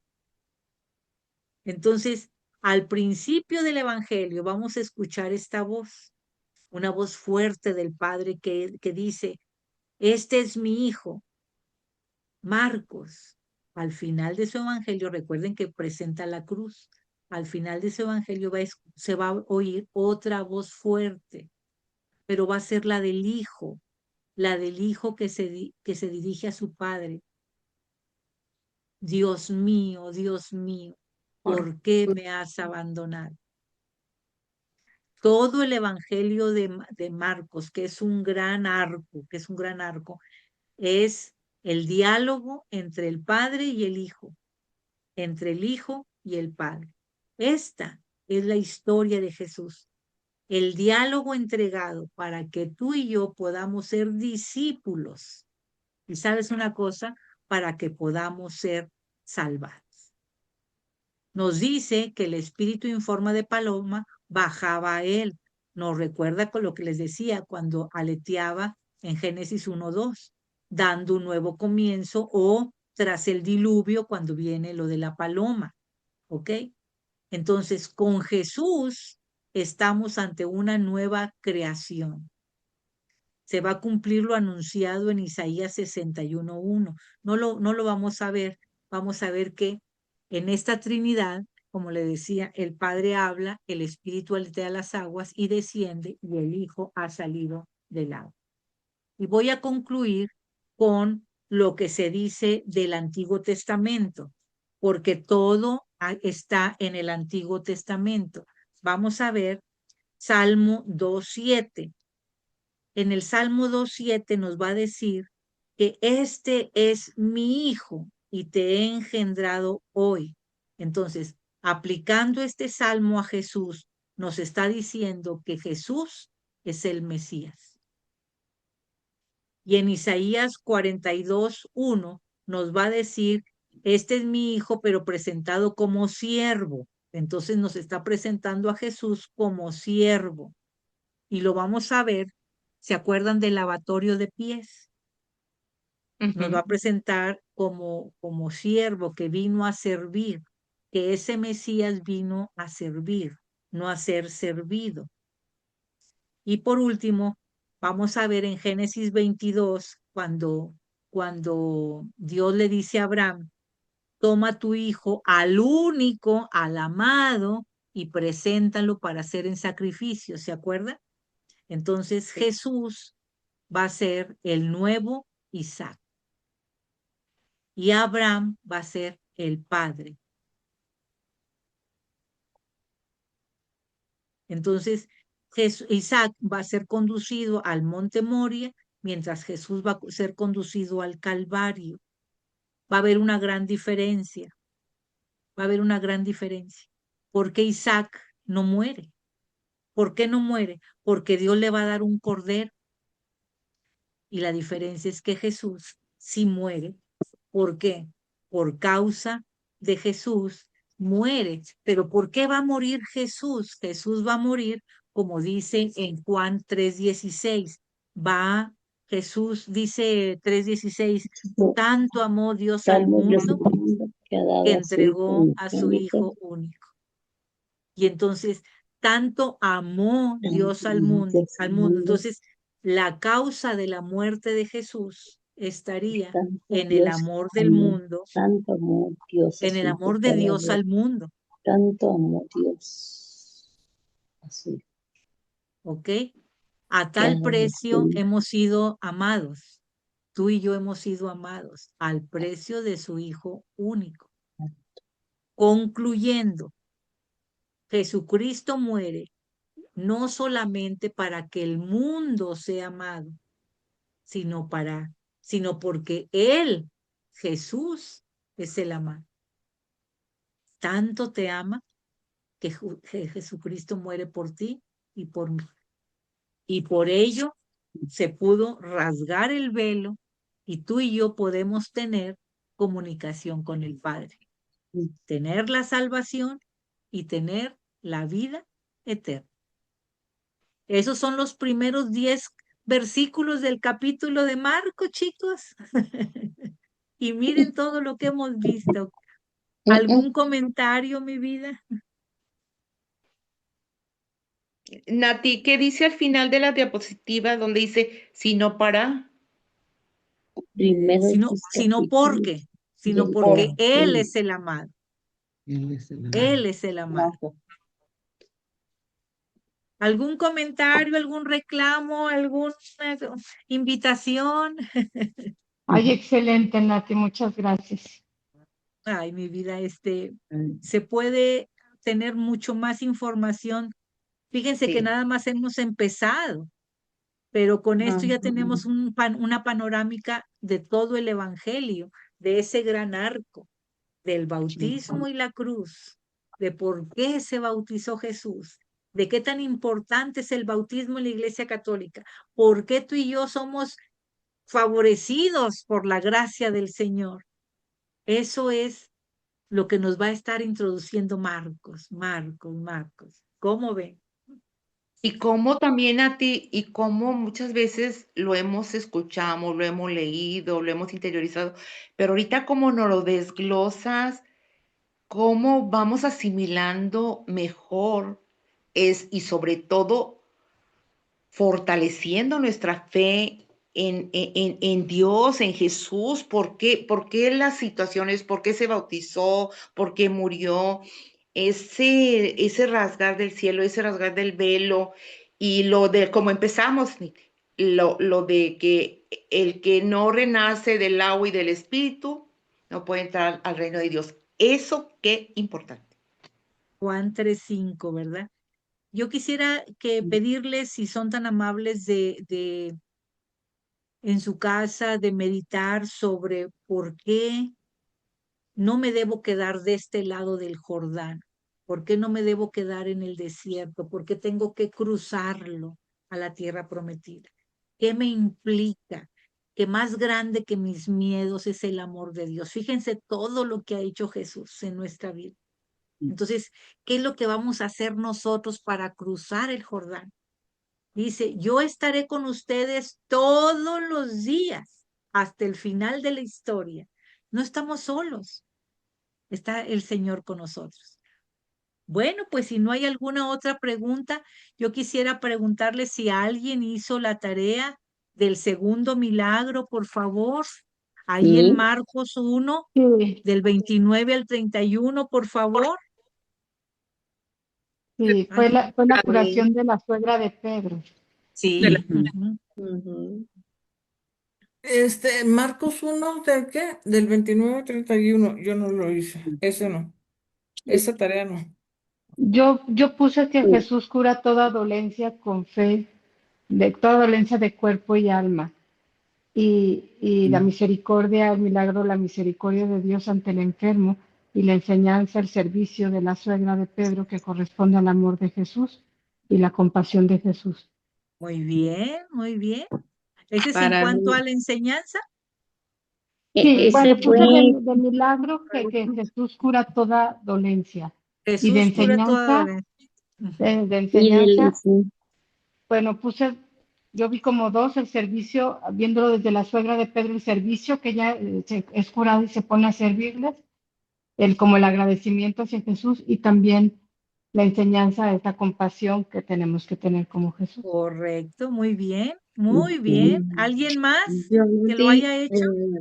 Yo también, para mí, cuando Jesús hace el milagro de recuperar la salud de la suegra de Simón, ella inmediatamente se pone a servirlos, a servir.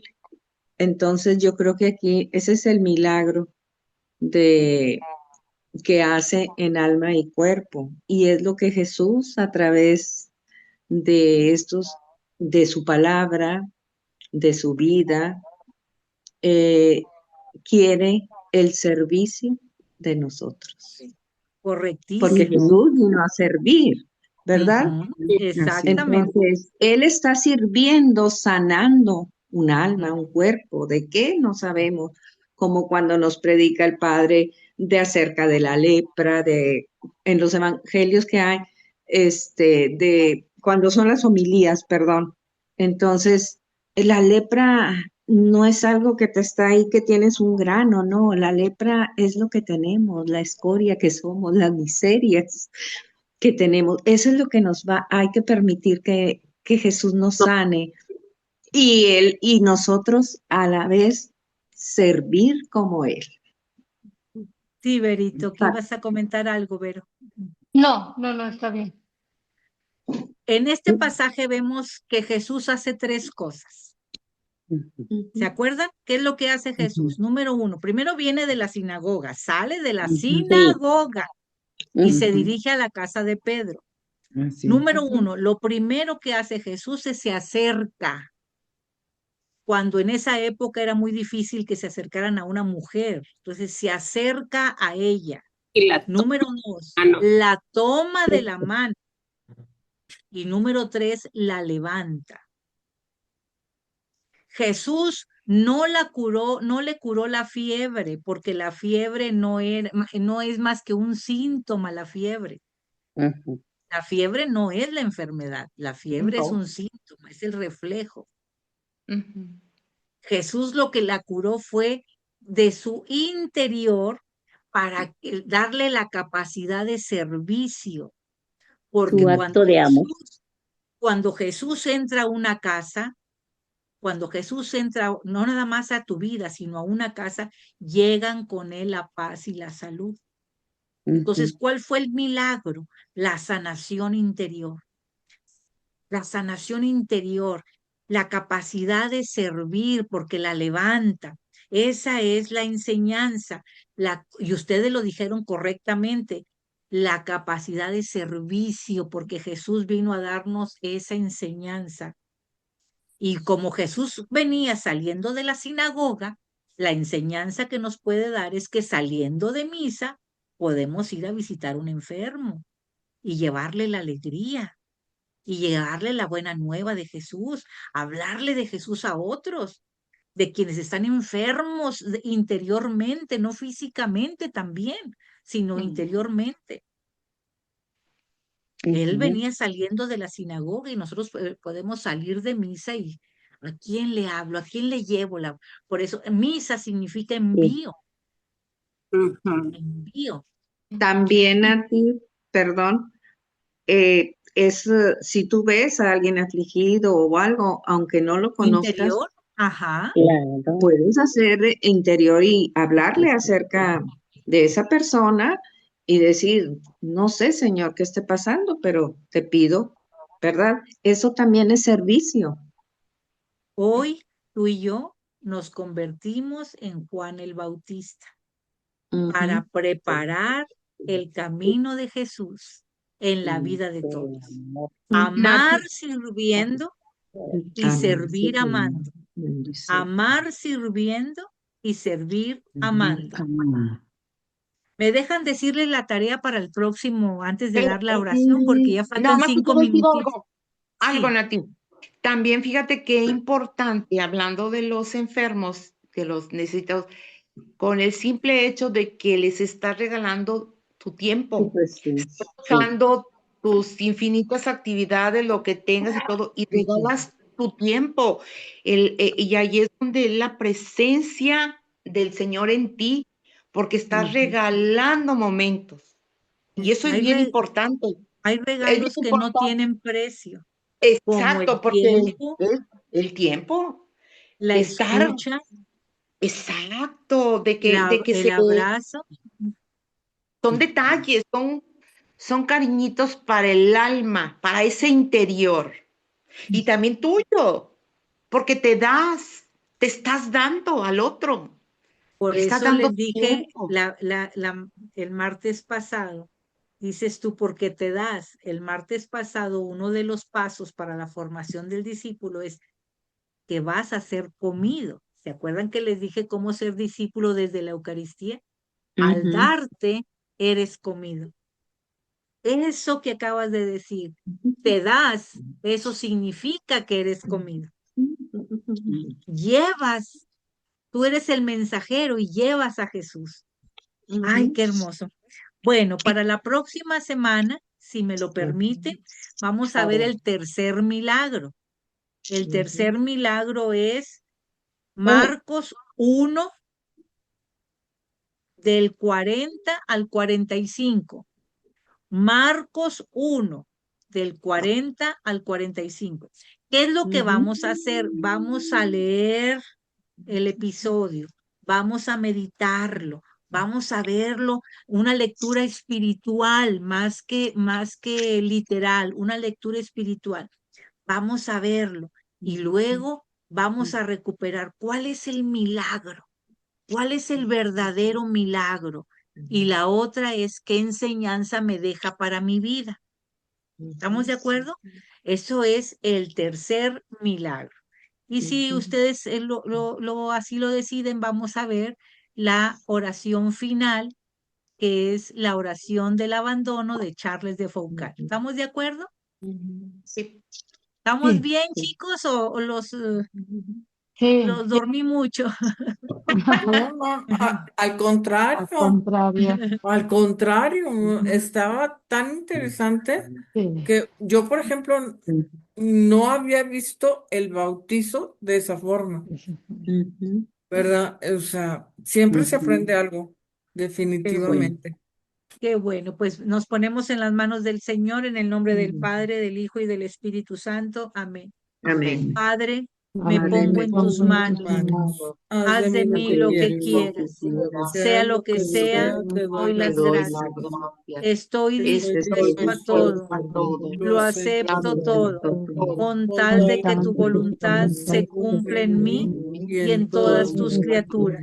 No deseo nada más, Padre. Te encomiendo mi alma.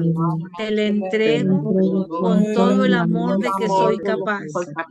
Porque te amo y necesito darte, ponerme en tus manos sin limitación, con una infinita confianza, porque tú eres mi Padre. Gracias, Padre amado, por tu infinita bondad. Gracias, Señor, por derribar los muros que nos alejan de ti. Permítenos, Señor, acercarnos día a día a ese encuentro maravilloso contigo. Te pido, Padre amado, que bendigas a todas las personas que estamos aquí. Y con ellas, Señor, bendice a nuestras familias. Bendice a sus familias. Ayúdanos, Señor, a ser Juan Bautista a partir de este momento, a preparar tu camino, a llevar tu buena nueva, Señor, a todas las personas, a tiempo y a destiempo. Ayúdanos, Señor, a ser testimonio vivo de ti, a ser evangelio vivo de ti. Te lo pedimos en el nombre bendito y poderoso de Cristo Jesús. Amén. En nombre del Padre, del Hijo y del Espíritu Santo. Amén. Pues muchas gracias, chicos. Gracias, Muchísimas Nati. gracias. Gracias, Nati. Gracias, Nati. Espero que nos haya servido un poquito y a vivir la palabra de Dios que es viva y eficaz. Déjame dejar de compartir para poder detener la grabación aquí. Bye, bye.